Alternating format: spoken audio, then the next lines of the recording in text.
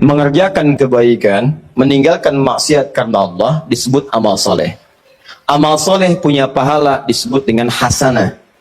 Hasanah punya poin setiap satunya 10. Dalilnya Quran surah ke-6 ayat 160. Man jaa bil hasanati falahu asyru amthaliha. Siapa yang bisa mengerjakan perbuatan punya nilai hasanah, amal soleh punya nilai hasanah, maka setiap hasanah punya poin 10. Poin itu dibawa ke akhirat. Jarak antara satu keduanya 500 tahun, dua ketiga 500 tahun, tiga keempat 500 tahun. Jadi jangan kira hitungan 1 sampai 10 itu hitungan 1, 2, 3 sampai 10, bukan. Banyak pahalanya. Maka kalau ada orang misalnya sholat tadi ya, orang misalnya puasa, orang misalnya baca Al-Quran hari-hari biasa, maka setiap satunya patuh pekerjaannya 10 nilainya. Sama, Anda menghindari maksiat, di kampus tidak bermaksiat, ya, diajak nyontek, Anda tolak, ya, maaf misalnya, LKS dan sebagainya, Anda tolak, tinggalkan hal-hal yang tidak baik, Anda tolak, itu dapat poin pahala. Anda di kantor, ada yang ngajak korupsi, ngajak nyogok, ngajak macam-macam, tinggalkan, dapat nilai kebaikan, 10 poinnya. Tapi ingat baik-baik, begitu Anda mengerjakan keburukan, sholat tidak dikerjakan, maksiat malah dilakukan, maka rumusnya, begitu satu dikerjakan, 1 nilai dosanya. Tapi 1 itu jangan dianggap ringan, karena 1 itu akan mengambil pahala yang telah Anda dapatkan sebelumnya. Misal, maaf sekali ya, ada orang sholat, begitu selesai sholat, membicarakan orang lain. Nggak tanggung-tanggung, imam yang dibicarakan. Tuh imam kenapa sih bacanya tadi begitu? Iya ya, jelek banget ya, beda dari sebelumnya. Padahal Anda aja nggak mampu jadi imam. Nah, begitu Anda bicarakan demikian, itu pahala Anda ditransfer langsung ke imam tadi. Awas, hati-hati. Mereka kenapa? Bicara yang nggak baik, itu nggak boleh, itu dosa. Untung saya nggak seperti mereka. Mereka itu memang kurang bagus tuh ya.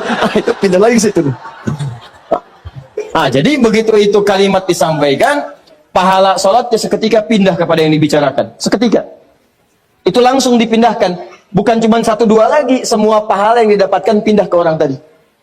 Awas, hati-hati, jangan dikira mudah. Nanti di akhirat timbangannya itu akan begini, semua pahala dikurangin dosa. Ya, kadang nggak sadar tuh, ada dosa mata, dosa telinga, dosa lisan sampai ke ujung kaki, kadang nggak sadar. Jadi ini makanya ada yang menyebut Rajab itu bulan introspeksi. Ya, bulan introspeksi, bulan muhasabah. Silahkan evaluasi diri. Ada waktu kita untuk menilai. Coba tolong ya teman-teman, coba dicek dulu.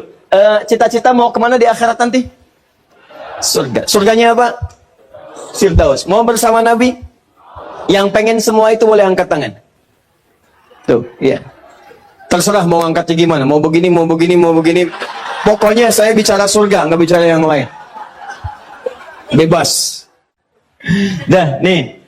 Anda pengen ke surga, surga Firdaus. Ingin berjumpa dengan Nabi sallallahu alaihi wasallam. Pertanyaannya, bekal apa yang sudah Anda siapkan sampai hari ini? Untuk ke surga itu kan bekalnya pahala. Amal soleh. Buka Quran surah kedua ayat 25. Quran surah kedua ayat 25. Paling kanan sebelah atas di mushaf. وَبَشِّرِ الَّذِينَ آمَنُوا وَعَمِلُوا الصَّالِحَاتِ أَنَّ لَهُمْ جَنَّاتٍ تَجْرِي مِنْ تَحْتِهَا. Berikan kabar gembira pada orang-orang beriman dan beramal soleh. Kami telah siapkan surga untuk mereka. Jadi ke surga itu bekalnya pahala, amal soleh. Sedangkan maaf sekali, dosa akan menjerumuskan seseorang kepada neraka. Neraka itu nggak ada bekal lain kecuali dosa. Sudah. Quran surah keempat ayat 56, paling kanan sebelah atas. Innal ladzina kafaru bi ayatina sawfa nuslihim nara.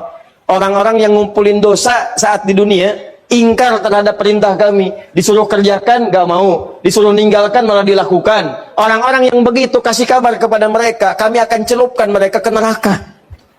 Jadi kalau orang banyak dosanya udah pasti neraka, orang banyak pahalanya pasti surga. Orang setengah-setengah, ini 50, ini 50, tempatnya A'raf, di tempat antara neraka dan surga. Al-A'raf namanya. Makanya turun surah ke-7 Al-A'raf. Rahasianya di ayat ke-45 sampai 46.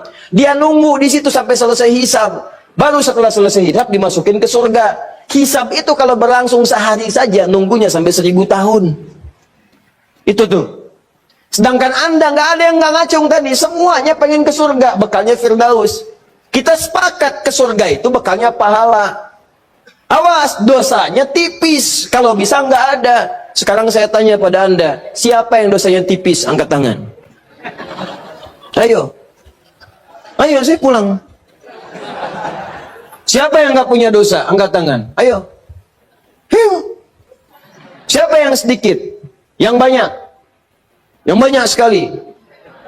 Tuh, kan? Pengen ke surga, dosa banyak, bagaimana? Ketawa lagi. Enggak, saya pengen merenung, coba renungkan. Karena kita memilih atau tidak, pasti wafat. Pasti wafat. Dan itu pasti niscaya. Ada beberapa kejadian yang sangat luar biasa beberapa hari ini.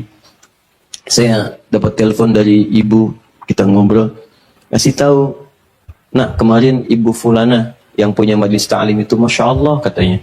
Beliau punya anak kan, jadi begitu kemudian sedang mengaji, beliau di sampingnya sambil istirahat dengar anaknya ngaji. Ya, kemudian ketika mengaji itu kata beliau nggak dibaca panjang, nah bacanya pendek biasa aja. Begitu dibaca pendek, ngaji lagi, suara ibunya sudah nggak ada. Tiba-tiba dilihat sudah meninggal, senyum begini. Demi Allah, tidak ada suara nafas tersendat, tidak ada apapun, nggak ada sesak, nggak ada apa-apa. Dia tiba-tiba senyum meninggal. Dalam keadaan masih bisa membetulkan anaknya dalam keadaan mengaji itu. Luar biasa. Dan banyak orang yang wafatnya mulia gitu. Pertanyaannya kan kita tidak tahu kapan kita pulang. Suatu saat kita pasti akan pulang. Pertanyaan saya, duhai teman-teman yang pengen ke surga, ketika pulang nanti bekalnya siap belum? Nah kan rumusnya begini tadi sudah paham. Kalau banyak pahala pasti ke surga. Banyak dosa ini terancam neraka. Sedangkan Anda sendiri tidak sanggup mengatakan dosanya sedikit. Anda tidak mampu mengangkat tangan Anda bahwa dosa Anda tipis. Itu kan bahasa hati sebetulnya. Coba itu bukan main-main. Anda bisa mengatakan pengen ke surga, itu keinginan. Tapi kan hati Anda mengatakan, cukup nggak bakal saya? Coba merenung malam-malam, pulang dari pengajian. Merenung coba di jalan. Saya tuh ke surga nggak sebetulnya? Ya, dalam kalimat ke surga itu sebetulnya, Anda bisa tanyakan, dosa saya ini berapa banyak gitu. Kan yang tahu sendiri Anda juga. Anda yang tahu berapa banyak Anda bermaksiat. Ada yang tahu berapa banyak mata dipakai berbuat yang salah sampai ke ujung kaki. Dan Anda pengen ke surga. Maka kita butuh sesuatu untuk menggugurkan dosa itu. Kita butuh sesuatu. Dan Allah turunkan itu, dikasih kesempatan. Nih, saya kasih kesempatan bulan ini istighfar ya, saya lipat gandakan. Mungkin kamu nggak sadar, karena tiap hari saya berikan kesempatan untuk istighfar, kamu nggak pakai. Mungkin kamu butuh motivasi. Nih saya kasih sebulan nih, yang ketika Anda istighfar, ketika Anda tinggalkan maksiat, saya lipat gandakan pahalanya untuk nutupin dosa-dosa kamu. Begitu Anda jaga pandangan dari maksiat, pahala berlipat. Begitu jaga lisan dari maksiat, pahala berlipat. Berlipat pahala itu untuk menggugurkan dosa-dosa yang banyak. Sebab ketika ini banyak, kan harus banyak pahala menggugurkannya. Makanya ada rumus sedekah jariyah. Jariyah itu yang berlipat, yang banyak, yang bisa menghilangkan dosa yang sudah berkumpul. Makanya kan Nabi ngasih rumus begini, kalau Anda bisa punya modal sedikit tapi keuntungan banyak dalam urusan akhirat, pakai. Anda punya uang 50.000, Anda pengen sedekah. Anda lihat orang butuh makanan, Anda kasih. Ya, dia pakai kemudian itu untuk beli makan. Makan. Energinya kumpul. Begitu energi kumpul, dia sholat, dia baca Quran, Anda dapat bagian dari pahala itu. Begitu energi habislah kemudian pahala Anda di situ. Anda berikan 50.000 itu, kemudian belikan mushaf. Hadiahkan kepada penghafal Quran. Dia baca itu dari mushaf yang telah Anda berikan. Maka semua pahala setiap huruf yang mengalir bagi Anda. Dia jadi penghafal Quran, mushafnya masih ada. Dipakai yang lain, pahala lagi buat Anda.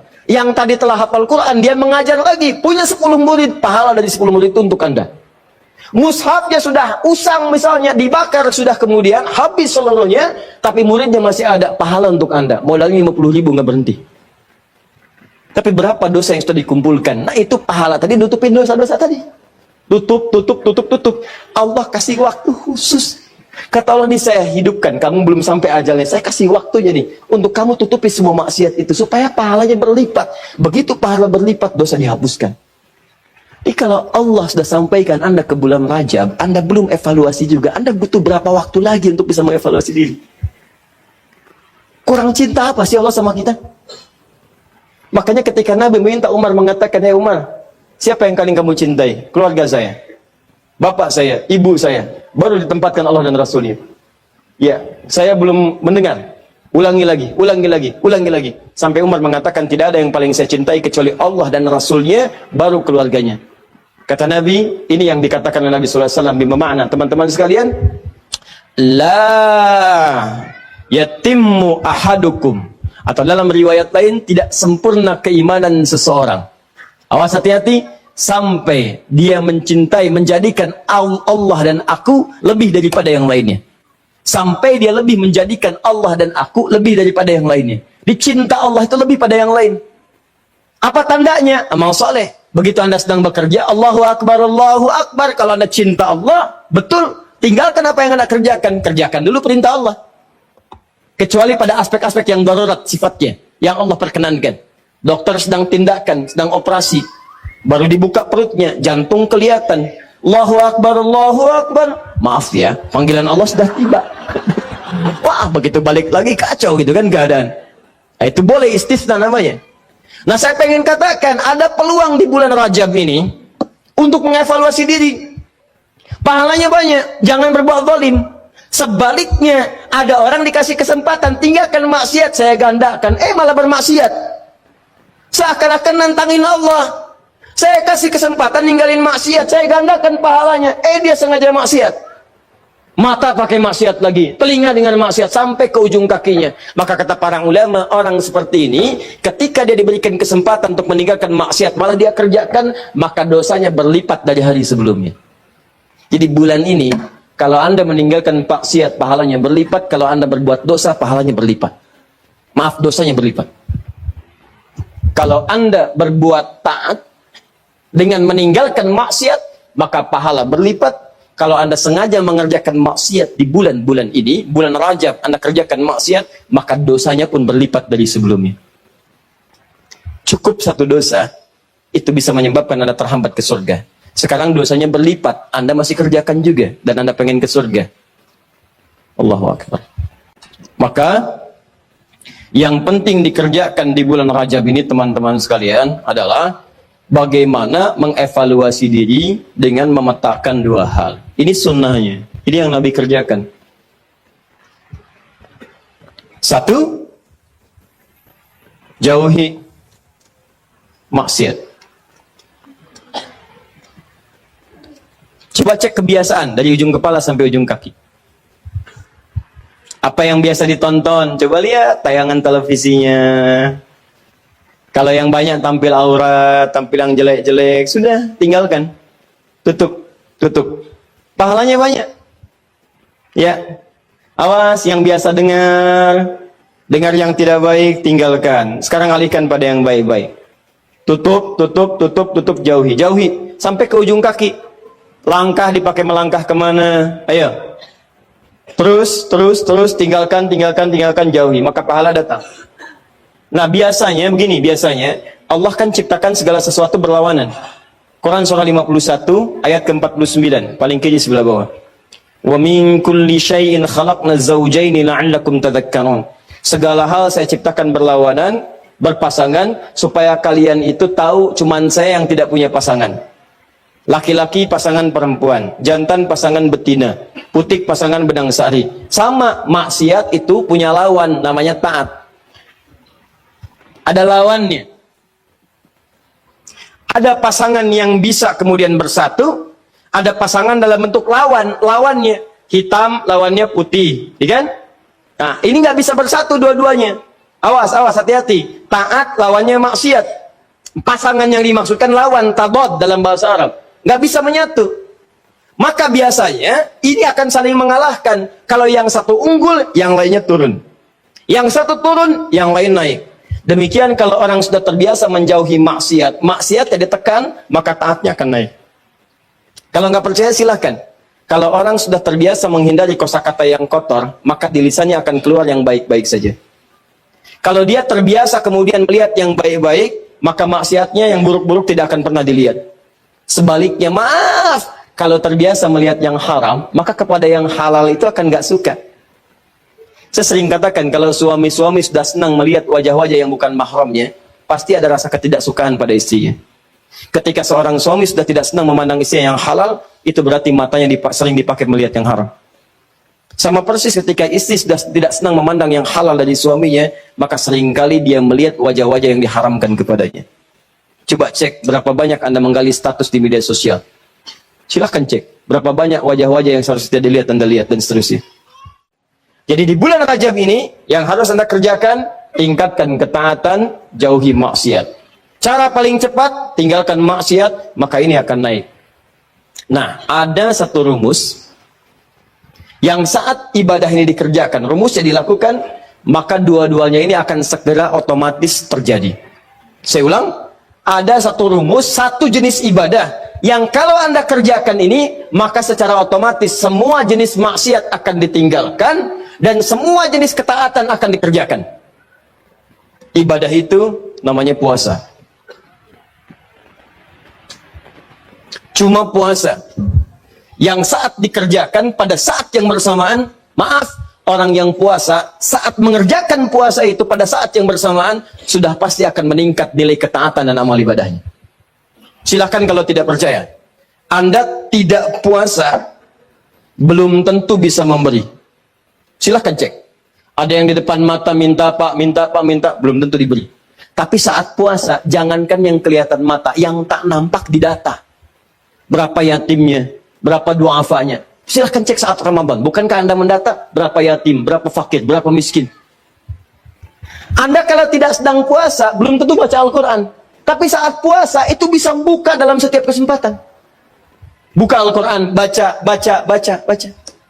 Anda kalau tidak sedang puasa, jangankan sholat sunnah, sholat fardu terlambat biasa. Tapi kalau sedang puasa, jangankan yang fardu, yang sunnah Anda kerjakan. Di puasa itu, pada saat yang bersamaan ketika dikerjakan, pasti bisa meningkatkan amal soleh. Saat bersamaan, orang puasa pasti meninggalkan maksiat. Nggak ada orang puasa sengaja mengerjakan maksiat, nggak ada. Dan dia akan jaga. Silahkan cek. Lisan mau berdusta, dipancing-pancing, nggak mau. Ya, lihat. Mau marah, ditahan. Kenapa? Takut batal puasanya. Itu latihannya. Maghrib jam berapa sekarang?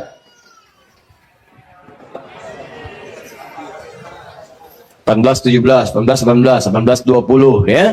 Kita ambillah pertengahan 18. Jam 6 lewat 18. Maghrib jam 18. Ada orang mencela Anda habis-habisan jam 18 lewat 15. Tinggal 3 menit lagi maghrib. Wah, Anda diprovokasi. Dasar begini, dihina habis-habisan Anda. Dihina habis-habisan. Tapi Anda nggak membalas. Padahal biasanya temperamen. Ditanya, kenapa nggak balas? Nanti habis buka. Habis buka. Takut batal puasa. Tuh, makanya cara terbaik berevaluasi diri itu saat puasa. Puasa, tahan maksiat, kerjakan semua nilai ketaatan-ketaatan. Makanya disebutkan di hadis Muslim, nomor hadis 1960, riwayat Sayyidah Aisyah, dikuatkan oleh keterangan Ibnu Abbas radhiyallahu taala anhuma, Nabi itu teman-teman sekalian, ya sering meningkatkan puasa di bulan-bulan hurum, bulan hurum, termasuk bulan Rajab. Ya kata Sayyidah Aisyah, termasuk juga kemudian Ibnu Abbas radhiyallahu taala anhuma, saya kadang melihat Nabi sallallahu alaihi wasallam sering puasa, seakan-akan nggak buka, tapi juga sering melihat beliau buka, seakan-akan nggak puasa. Ya, maksudnya apa? Maksudnya, kalau Anda ingin kemudian meningkatkan puasa di bulan-bulan hurum, seperti bulan Al-Muharram, bulan Dzulqa'dah, bulan Dzulhijjah, bulan Rajab, itu silahkan, boleh-boleh saja. Walaupun tidak ada kekhususan mengkhususkan puasa di satu bulan saja, tidak. Ya, tapi kalau Anda ingin tingkatkan puasa, silahkan. Ini dalilnya yang sahih. Apa dalil sahihnya? Tadi saya bacakan. Ya, pertama, isyarat ayat Qur'annya menyebutkan demikian. Yang kedua, untuk puasanya hadis Muslim nomor hadis 1960. Kalau Anda ingin menunaikan puasa di bulan Rajab dengan mengikuti Nabi, isyaratnya untuk menghidupkan evaluasi diri, terkhusus di bulan-bulan haram yang 4 tadi, maka itu tidak ada masalah, silahkan. Sunnah, boleh. Kalau ada yang tanya, boleh nggak saya puasa bulan Rajab? Silahkan. Anda mau Senin puasa? Silahkan. Kamis puasa? Silahkan. Tidak ada batas, seperti hari-hari biasa. Seperti hari biasa, cuman pahalanya ketika Anda kerjakan untuk menghindari maksiat, maka tadi itu bisa berlipat dari hari sebelumnya. Jelas sampai sini? Jadi kalau Anda ingin puasa bulan Rajab, misalnya saya pengen puasa Senin, boleh. Pengen puasa Kamis, boleh. Pengen puasa Senin Kamis, silahkan. Pengen ayam bid, silahkan. Pengen puasa Daud, silahkan. Atau pengen misalnya puasa beruntut, Senin puasa, Selasa puasa, Rabu puasa, Kamis tidak, boleh. Apa dalilnya? Tadi, karena puasa di bulan-bulan hurum dianjurkan oleh Nabi SAW. Bulan hurum ada 4, 1 Dzulqa'dah, 2 Dzulhijjah, 3 Al-Muharram, 4 Rajab. Paham?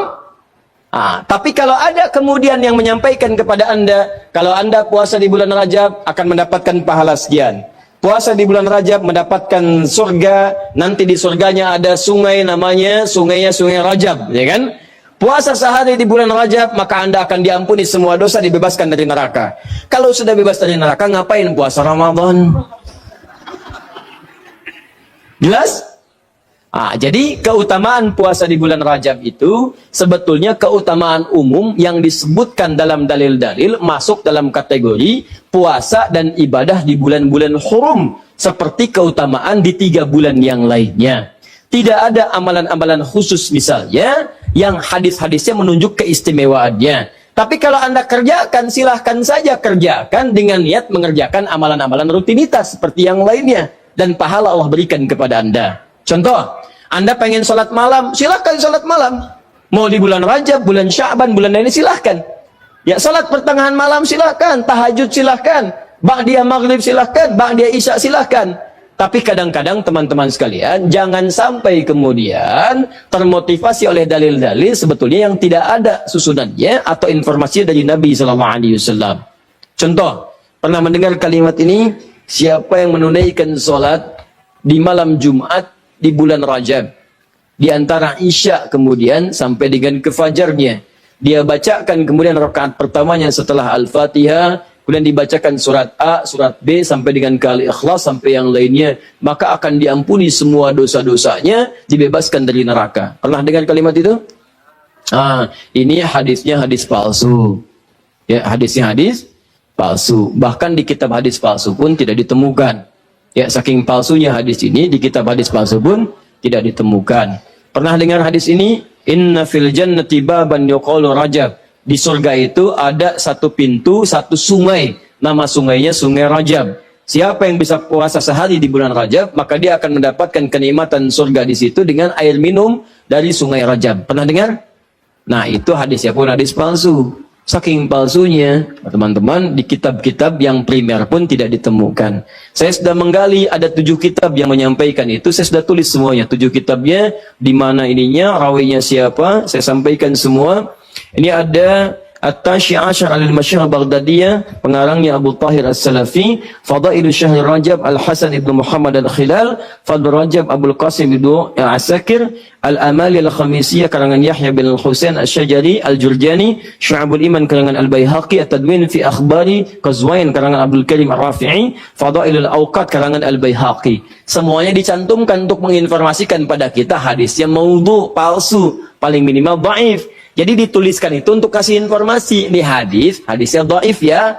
Ya, hadisnya palsu. Jangan dipakai sebagai rujukan. Bukan dituliskan untuk menginformasikan pada kita itu amalan. Jelas. Tapi kalau Anda misalnya pengen bangun malam, silahkan. Cuma jangan merujuk kepada informasi tadi. Jadi kita bersikap adil di tengah-tengah. Awas, hati-hati. Hadis ini ditampilkan bukan untuk mencela orang. Jangan sampai Anda melihat ada orang misalnya puasa di bulan Rajab, Anda katakan, oh ya, hadis palsu. Bukan. Karena dia bisa menggunakan yang sahih. Jelas. Anda sendiri nggak puasa, malah mencela orang. Kalau pengen puasa silahkan, tapi gunakan sandaran yang sahih hadisnya. Jelas? Kalau malam pengen sholat, boleh nggak? Boleh. Silahkan tunaikan sholat, tapi jangan jadikan hadis palsu sebagai sandaran. Paham? Ustadz, kenapa hadis-hadis itu muncul? Pada asalnya niatnya baik, cuma dilakukan dengan cara yang salah. Apa niat baik itu? Ada sebagian orang melihat keutamaan banyak di bulan Rajab, tapi orang banyak meninggalkannya. Akhirnya dibuatlah anjuran untuk mengerjakan itu semua. Cuma dituliskan dengan cara yang salah. Begitu disampaikan dengan cara yang salah, jadilah kemudian acuannya keliru. Itulah asal munculnya orang banyak mengerjakan amalan mengacu pada dasar-dasar yang kurang sempurna. Paham sampai sini? Kalau saya tanya, boleh nggak puasa di bulan Rajab? Boleh. Boleh nggak sholat malam di bulan Rajab?